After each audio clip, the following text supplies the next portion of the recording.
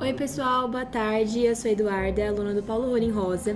E estamos aqui reunidos na sala de leitura com a Júlia, Carol, Maria Luísa, Saira, Matheus Araújo e Felipe Fernandes. E nós vamos discutir sobre questões relacionadas aos resultados da leitura de Machado de Assis aqui na escola. Primeiro eu queria perguntar pra Júlia, por que estamos usando o quadro do Machado de Assis aqui? Bem, a princípio é necessário ressaltar como é a visão das pessoas, da sociedade referente a Machado de Assis, já que grande parte da história as pessoas relacionavam ele como uma pessoa branca, e provavelmente por conta das qualidades, né? Porque as melhores qualidades, melhores atributos eram sempre dados a pessoas da burguesia, sabe? Da maior classe e tal.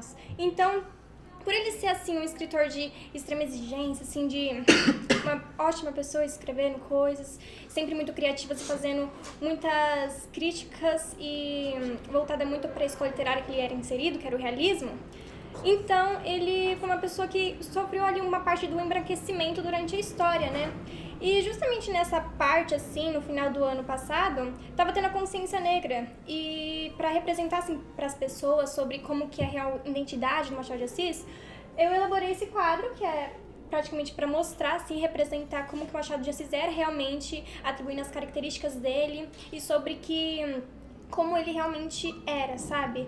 Valorizando a estética dele. Porque ele foi um escritor muito importante no Brasil, assim, ao todo, fazendo obras importantíssimas, assim, para a sociedade, para conseguir conhecimento, didática e várias outras, assim, tipo, bastante ampliação do conhecimento.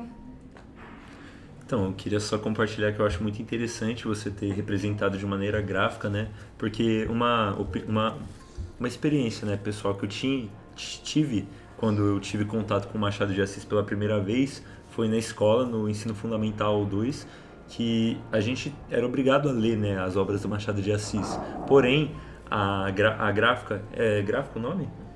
Que distribui os editora, isso. A editora ela não fazia questão de colocar fotos do autor. Isso eu sempre achei muito estranho, porque o Machado de Assis é um autor renomado, né? As pessoas conhecem quando você fala em qualquer lugar, as pessoas sabem quem ele é, mas não sabem exatamente quem ele é, o que ele representa. Então eu achei realmente muito interessante, muito louvável da sua parte realmente fazer uma representação disso. Porque, tipo, é difícil você ver foto dele nos documentos, assim, né? Inclusive eu mesma não sabia que ele era negro, né? Na minha cabeça ele era tipo um branco, bem branco. Branco. Eu nunca soube saber, tipo, inclusive eu só descobri quando eu entrei aqui na escola e tal, quando eu me aprofundei realmente no Machado de Assis, sobre a relevância dele. Tanto que é importante a gente saber sobre os livros dele e sobre as obras dele, né? Um adendo à fala do Felipe, que ele disse que as editoras não colocavam de fato imagens, não representavam de fato quem era o Machado de Assis graficamente. Quando eles faziam isso, a gente percebia de fato o embranquecimento do Machado de Assis, porque sempre eram fotos em preto e branco ou tentavam induzir a quem via a ter uma perspectiva de que ele era de fato branco.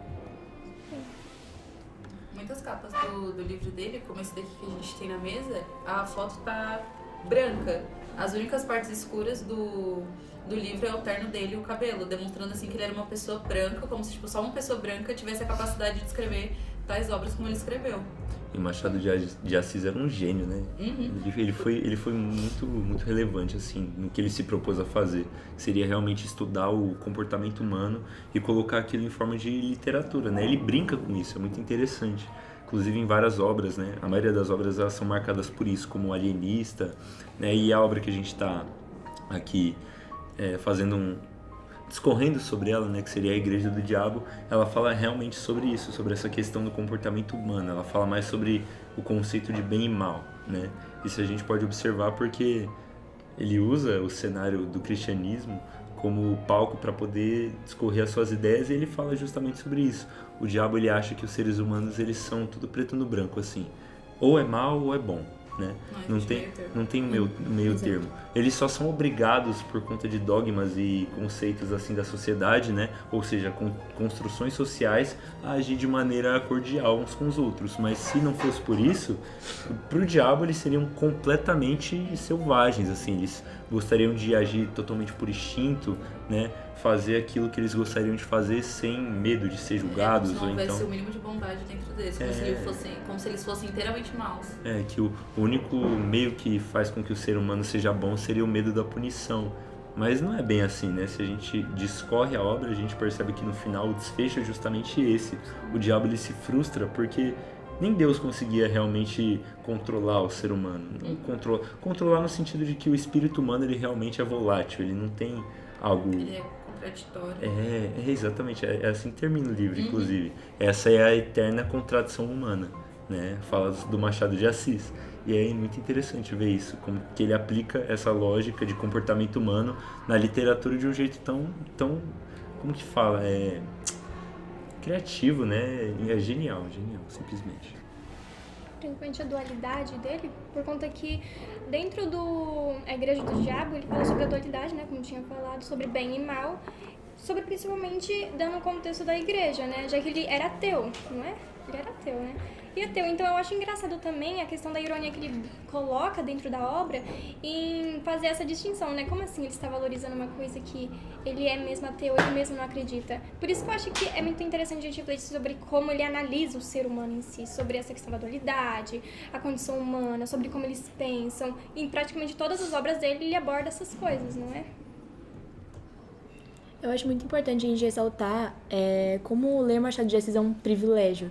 Eu acho que o Cortella disse isso, que ler Machado de Assis não é uma obrigação no ensino médio. Eu comecei a ler muito cedo, minha mãe é professora de língua portuguesa, então eu sempre tive contatos com livros difíceis para uma criança. Eu não lia Branca de Neve e Chapeuzinho, não. Eu lia José de Alencar com 8 anos, então é difícil, sabe?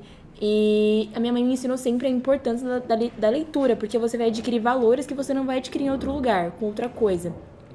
Da mesma coisa que assistir um filme do que ler, você vai se debruçar ali, vai imaginar, e você se torna uma criança super criativa. Então eu era muito diferente dos meus primos, por exemplo, porque eu tinha um outro repertório, era até chato, mas era uma questão de capacidade de entendimento do mundo, porque eu questionava tudo quando eu era mais nova. E isso fez muito bem pra mim, inclusive quando eu vim pro ensino médio, até dentro da escola. Faz uma diferença total, assim, a importância da literatura. Como a Duda falou, ela comentou que ela sempre leu obras e durante a minha infância eu não tive contato com literaturas clássicas, mas eu sempre tive o hábito de ler. Então, como ela falou, assim, meio que não se destacava, mas diferenciava dos primos porque, eu tinha um... Como é que eu vou falar? Não é conhecimento, mas eu tinha um hábito maior de ler do que as pessoas da minha família. E como outras pessoas aqui falaram também, é uma honra ler Machado de Assis, porque eu só tive contato com ele realmente no segundo ano do ensino médio, que é agora. E eu não tenho ainda muito contato com o realismo, mas eu gosto muito do romantismo. É romantismo? Do romantismo. E o Machado de Assis está em um dos meus autores preferidos dessas obras literárias. Fofinho. Um negócio que eu queria abordar, principalmente sobre aquilo que você falou da importância de ler, como é um privilégio ler Machado de Assis. Eu acho que todo mundo aqui viu quando aquela gringa, eu não lembro agora o nome dela, quando ela leu, se não me engano, Memórias Póstumas. E daí fez um grande sucesso, foi inclusive os mais vendidos e é muito louco porque o primeiro momento em que esse livro foi, não o primeiro momento, porque é um livro bastante valorizado, mas o momento em que esse livro foi realmente, teve realmente em alta, foi quando outra pessoa falou sobre. E eu procurei mais saber sobre essa gringa e eu achei a mulher que traduziu o livro. A mulher, literalmente, ela aprendeu o português, ela aprendeu a língua portuguesa. Então não é que ela fala um português claríssimo, você não fala que ela é gringa, você não fala que a primeira língua materna dela é inglês. Porque ela foi procurar saber aprender português só para traduzir o livro mesmo. Ela falou que ela procurou saber sobre a língua para poder ser o mais fiel possível. E ela fala do Machado com uma paixão, e se a gente for olhar, se a gente for pesar na balança mais ou menos, a gente não... Um brasileiro que tem a oportunidade de ler Machado de Assis e entender claramente, não claramente, mas conseguir ter um entendimento muito maior, não fala com a quantidade de paixão que aquela mulher falou. Ela falou como se o Machado fosse um amigo próximo, ela se tornou amiga do Machado pra aprender sobre o Machado. É lindo aquele vídeo dela, é lindo, lindo, lindo. Até porque o Machado de Assis, ele é a literatura do Brasil, né? A gente pode citar vários períodos literários, né? Mas o Machado de Assis, ele literalmente está presente em todo tipo de discussão que a gente vai ter acerca da literatura, né? E é muito lindo saber que a literatura do Brasil, ela não é popular só, quer dizer, popular entre aspas, porque o brasileiro ele tem uma síndrome de vira-lata, né? Tanto é que só quando uma pessoa de outro país vem e faz um comentário positivo acerca de um livro, né, como Memórias Póstumas, que é um livro que é muito famoso, né? Tipo assim, só aí que as pessoas realmente começam a ter interesse em ver esse tipo de literatura, em consumir. Mas realmente é muito interessante a gente saber que Machado de Assis, ele não só toca aos corações dos brasileiros, como outros leitores também de outros lugares, né? Isso mostra como a literatura do Brasil é poderosa. Eu acho que vale ressaltar que muitos brasileiros eles têm a oportunidade de ler Machado de Assis não só na escola, mas assim na vida mesmo, porque, como você disse, Machado de Assis está presente em diversos âmbitos, só que muitas pessoas elas acabam abandonando a literatura, principalmente a do Machado de Assis, por conta do português robusto que tem nos livros deles. E o brasileiro ele não procura entender melhor a língua dele, assim, só por preguiça mesmo, sendo que ele poderia estar se aprofundando num conhecimento. E aí, como você disse, tem essa síndrome do vira-lata. Tenho certeza que depois que Memórias Póstumas foi pra fora, e quando voltou pro Brasil, muitos brasileiros decidiram tentar ler, coisas que eles não faziam antes, porque como tá no Brasil, eles não estavam valorizando. Só que aí, pelo fato de estar lá fora, decidiu ser valorizado. Só que muitos deles acabam abandonando a literatura por conta de ser um português mais complicado. E falando um pouco mais sobre esse abandono que os brasileiros têm em relação à própria literatura, eu acho que vai um pouco além de só preguiça. Eu acho que chega ao ponto da gente levar em consideração a escolarização, a precariedade da escolarização brasileira, sobretudo no nosso âmbito, né? A questão paulista mesmo. Querendo ou não, o uso das plataformas e a maneira que essas obras literárias elas são mostradas para nós, acaba fazendo com que o brasileiro, o estudante, o aluno, ele não crie de fato uma relação com a leitura, de fato uma relação com o autor, como alguns aqui disseram criar. Então, eu acho que a questão, por exemplo, das plataformas, o Leia, ele exige que o aluno vá e faça uma leitura. Eu acho que essa exigência acaba criando uma desmotivação. Um afastamento, assim, da leitura, Exato. né? Porque meio que cria uma responsabilidade de ler, assim. Não que a gente não tenha que ler, mas eu acho muito importante. Só que você tem que fazer uma coisa, assim, é instinto nosso, do humano, assim. A gente tem que fazer uma coisa por obrigação, não cria um interesse de, tipo, chegar lá e fazer. A gente faz por obrigação e acaba não adquirindo esse conhecimento e pegando pra gente, assim, vendo a nossa realidade, a gente faz por obrigação e às vezes nem faz, só finge que faz e acaba por isso mesmo. Inclusive, o fato da gente estar estudando aqui na Escola Paulo Rolim é o que faz com que muitas pessoas tenham interesse pela leitura. Porque, diferente de outros ambientes, né, a leitura aqui ela é dada como uma obrigação, sim, né, acadêmica, porém, no meio do caminho a gente acaba se interessando, né? Inclusive, quando a gente teve contato com algumas obras dentro de sala de aula mesmo, tipo A Igreja do Diabo, a gente consegue ver o quanto a ironia do Machado de Assis ela é bem colocada dentro das obras dele. É isso que ganha. Quando você começa realmente a entender e apreciar, ao invés de ter aquela leitura travada de eu preciso terminar isso aqui em 2 horas porque eu enrolei de ler esse livro o mês inteiro e agora eu vou ler para fazer uma prova. Quando não é isso, é só uma leitura pura e simplesmente para contemplar e também para se edificar, é muito melhor. Por exemplo, depois que a gente teve, né, a demanda de ler esse conto, né, em sala de aula mesmo, a gente se propôs, justamente porque a leitura modificou, né, nós como alunos, a gente se propôs a fazer uma adaptação teatral, né, sobre isso, porque os temas que o Machado de Assis, por mais que tenha sido uma discussão feita muito tempo atrás, eles ainda se mantêm, né, na atualidade. Por isso mesmo que a gente decidiu pegar esse conto para usar como palco para abordar sobre outros temas, né? A gente falando um pouquinho sobre a dualidade humana, né, que é retratada no conto do Machado, a gente falou sobre várias coisas, sobre política, sobre a questão, né, da própria religião, das virtudes humanas, da hipocrisia. A gente conseguiu pegar, tipo assim, um cenário atual e adaptar dentro de um conto que, né, teoricamente, por ser algo clássico, algo que não vem do nosso tempo, não daria para ser adaptado. Isso dá para ver a versatilidade do cara, né? O quanto ele é bom de O verdade. Machado é muito atual, né? Em todas as obras dele, assim, pelo menos as que eu li, ele é muito atual, dá pra gente encaixar certos pontos da literatura dele em muitas coisas da nossa realidade agora. Eu acho que além disso, as questões do Machado de Assis dentro da Igreja do Diabo vão muito além de questões dogmáticas da própria igreja. Eu acho que essa dualidade humana tá presente em muitos âmbitos sociais, na escola, na rua, em qualquer lugar que você entrar, você vai conseguir perceber as pessoas com aqueles aspectos tratados dentro da Igreja do Diabo. E trazer isso pro teatro foi, além de uma ideia muito boa, ficou algo muito vivo, porque a gente deu vida a outros personagens. Inclusive, depois a gente poderia falar um pouco melhor sobre, mas deu vida a alguns personagens que não existiam na obra, só que a gente sentiu alguma necessidade. E além disso, colocar uma verdadeira vida, né, nas coisas, vida e paixão naquilo que a gente estava fazendo, porque a gente debruçou, fez uma leitura rigorosa e a partir disso a gente conseguiu tratar de uma forma muito, assim, muito linear, muito limpa, assim, uma coisa muito frutífera, na verdade, dessa questão do teatro. Inclusive, Malu, como é que tá sendo para você acompanhar essa adaptação para teatro? Eu particularmente, quando eu li A Igreja do Diabo pela primeira vez, tanto é que eu até comentei com o Teteu que tá aqui, que a gente queria transformar realmente em peça. Tipo, não necessariamente agora, mas a gente queria transformar em algum momento. Inclusive, coube certinho, que foi uma hora que a gente percebeu que a outra obra que a gente tinha escolhido não ia dar pra realizar, mas A Igreja do Diabo caberia mais, por assim dizer. E é que nem a Eduarda falou, do fato da gente ter adaptado alguns personagens que não existiam pra caber um pouquinho mais na nossa realidade. Tipo, como posso explicar? Enfim, voltando um pouco, pra quem não tá entendendo, a gente tem os clubes, né, os clubes de juvenis aqui na escola, e o meu clube é o de teatro. Aí a gente resolveu adaptar a Igreja do Diabo, enfim.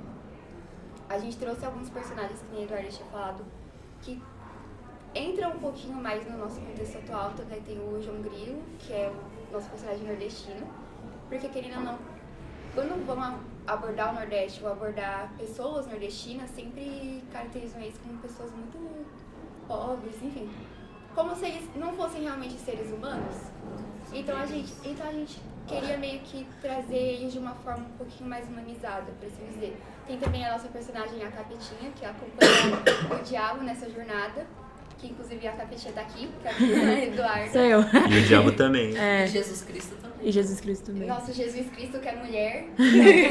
A gente resolveu dar essa mudança realmente pra conseguir trazer para um contexto mais atual e também fazer as pessoas que estão assistindo se sentirem mais próximas da obra. Porque querendo ou não, quando a gente lê esse tipo de obra, a gente se sente muito distante. Mas o próprio Machado de Assis, ele não era uma pessoa rica. Era uma pessoa que observava os ricos e contava dessa parte do dia a dia deles. Mas ele não era alguém que estava realmente presente na classe alta. Justamente como a Malu falou, o motivo da gente aproximar a obra dos espectadores da peça seria o quê? Colocar elementos que eles estão acostumados. Então, A Igreja do Diabo é um conto que ele fala muito sobre as virtudes dos seres humanos, as virtudes verdadeiras serem aquelas que a gente condena, né? Os pecados. E, na maioria das vezes, a soberba, a inveja, a gula, a ira, os 7 pecados capitais, eles são tratados de forma como se fossem realmente as virtudes ápice do ser humano. E aí a gente brinca com isso, a gente fala sobre luxúria, não, é uma coisa muito boa, imagina vários pics pingando na conta, os do job, são várias situações que realmente trazem um pouco de humor, né? Quebra um pouco aquele paradigma, né? De que o Machado ele é uma leitura travada, de que a gente não pode, né, modificar, exatamente. Não pode colocar algo a mais, uma outra interpretação. Uma peça é uma releitura, né, se ela for baseada em alguma obra, ela é uma releitura dessa obra. Então isso mostra que dá sim pra gente ressignificar, né, principalmente as obras do Machado, né. A Capetinha inclusive tá aqui, o que você tem a falar sobre isso, Capetinha? Bom, a criação da Capetinha, ela age assim como uma assistente do diabo. Então ela vai sempre concordar com aquilo que ele tá falando. É como se fosse um funcionário querendo impressionar o chefe. Ela é isso. Então ela vai ali dar tudo aquilo que o capeta quer ouvir. Então ela vai falar sempre, como você tá lindo, chefinho. Tem até uma voz muito engraçada, mas isso é uma surpresa que depois eu posso fazer. E ela vai falar de coisas que às vezes as pessoas querem dizer, mas elas não dizem. Então, aquilo que ela vai externalizar, muitas vezes, aquilo que as pessoas querem falar.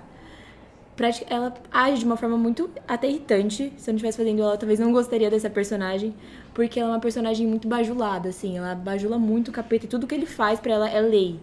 E ela vai sempre dar frases de efeito ou fazer algumas piadas. Além disso, descontrair um pouco a peça e tirar essa questão um pouco quadrada, a interpretação fica mais fácil, porque às vezes o que o capeta disse é uma frase super longa, ela vai resumir em uma piada e as pessoas vão rir. E isso vai trazer que prende mais a atenção do público, que muitas vezes não pode ser muito acostumado com peças muito longas. Isso vai trazer com que as pessoas tenham mais interesse e se sintam juntas, porque talvez elas também já falaram isso algumas vezes.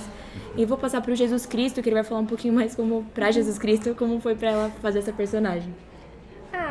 Bem, primeiramente, esse teatro, ele se trata justamente de extremismo, né? Então ele vai representar o diabo como se fosse da perspectiva da igreja, como o diabão, Satanás, e Jesus Cristo como se fosse todo misericórdia grandioso. Então, ser Jesus Cristo, além de ser mulher, né? Meu Deus, aí é como se Jesus ele tivesse uma perspectiva misericordiosa diante dos pecadores, tanto que no início do roteiro, João Grilo, não é? Que é condenado lá, o diabo chega condenando ele. Nossa, você vai realmente aceitar ele nos céus, mesmo quando ele peca assim? Sendo que Jesus, ele olha com ele com misericórdia, então sempre tendo a piedade ali com as pessoas que pecam. Então ele tem noção sobre como é a condição humana. Então no livro e no roteiro é mostrado como que ele é, como Jesus é misericordioso, piedoso e essas coisas. E meio que um desdém do diabo. É como se ele soubesse que o diabo é burro e como se ele fosse egoísta, arrogante, sempre querendo ter um maior conhecimento, sempre querendo ser o top, está sempre ali em cima. Por isso que vem a ideia de fundar a própria igreja dele. Só que aí Deus, ele percebe que, tipo, não dá, sabe? Eu sou Jesus, até os meus seguidores pecam. Então ele faz essa questão de, mesmo quão bem você é, o quão bondoso você ainda vai ter ali um fiapinho de seda ruim, sabe? Como se fosse um tecido péssimo. Então todo mundo que é bom, realmente ele vai ter um pecado. E Jesus brinca com isso, né? Que, funde sua igreja. Mas aí quando você fundar, você ter seguidores, vão ter ali seguidores com um pouco de bondade. Então Deus, ele sabe como que o diabo é, por isso que ele sempre é uma pessoa serena, uma pessoa pacífica, uma pessoa que entende e que sempre vai ter misericórdia. Só que ao mesmo tempo, em relação ao diabo, ele vai saber que ele é uma pessoa arrogante demais e que vai deixar sempre ele fazer o que quiser. Inclusive a Capitete fica sempre ali do lado dele falando, sim, chefinho, faz. Aí, né? O papel da Capetete é sempre estar ali do lado pra apoiar. Então, qualquer circunstância, até mesmo no final, quando dá tudo errado, ela tá ali como uma funcionária sempre pontual.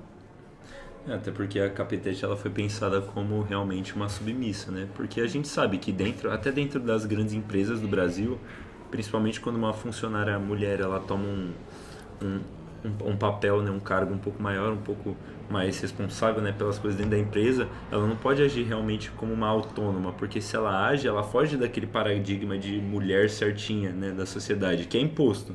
Então a gente criou isso aí para representar de maneira esdrúxula mesmo, para tipo meio que arregaçar com tudo, mostrar não, é desse jeito mesmo que acontece e isso tá presente, né, na sociedade. É mais uma crítica, mas é algo mais subjetivo, né? Isso daí não tá claro para as pessoas, isso abre para interpretação, né? Assim como o diabo também, ele é uma pessoa que ele acha que ele é o sabichão, ele sabe de tudo, porém, ele não consegue fazer uma simples leitura que Jesus Cristo faz desde o começo, né? Que seria o que as pessoas elas têm ali seu lado bom e seu lado ruim, e aí nesse sentido ele julga, né, as pessoas de uma maneira bondosa mesmo, de uma maneira tipo não conivente com o que eles fazem de errado, mas sabendo ignorar certas coisas porque o ser humano é falho.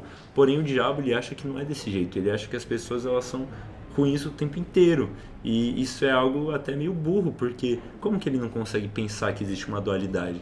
Porque para ele as pessoas são só isso e superficialmente acabou, né? E aí o diabo ele realmente é aquele cara que é o douto ignorante, ele acha que sabe de tudo, mas não consegue enxergar um negócio que está tipo, literalmente debaixo do nariz, né? E isso meio que representa até o que o Machado de Assis ele fala no conto, né? existe uma dualidade em tudo que o ser humano faz, mas principalmente dessa questão do bem e do mal. Você se achar superior moralmente a outra pessoa porque você tem uma opinião, não significa que você está certo, né? E a gente tentou representar isso de maneira muito óbvia lá, porque o diabo, ele esculacha a capetinha em todos os momentos que ele tem chance, né? Justamente por se achar moralmente superior. Ele tira até uma com a cara de Deus, assim, porque ele se acha superior, né? É algo que tá ali na natureza dele. Mas ele não é. Ele é simplesmente um ser humano, um espírito maligno ali, cheio de rancor e soberba, né? Mas é basicamente isso. Matheus. Matheus Araújo, lindo. Então, como nenhum de nós tem mais algum comentário em relação à obra, em relação à adaptação em si e sobre o próprio autor, gostaria de puxar as considerações finais e que cada um de nós se reapresentasse, propriamente dito. Então, mais uma vez, meu nome é Matheus Araújo. Eu sou o Felipe Fernandes. Só sai. Eu sou a Maria Luísa. Carol. Júlia Caroline. Eduarda Menezes. E finaliza por aqui. Obrigada.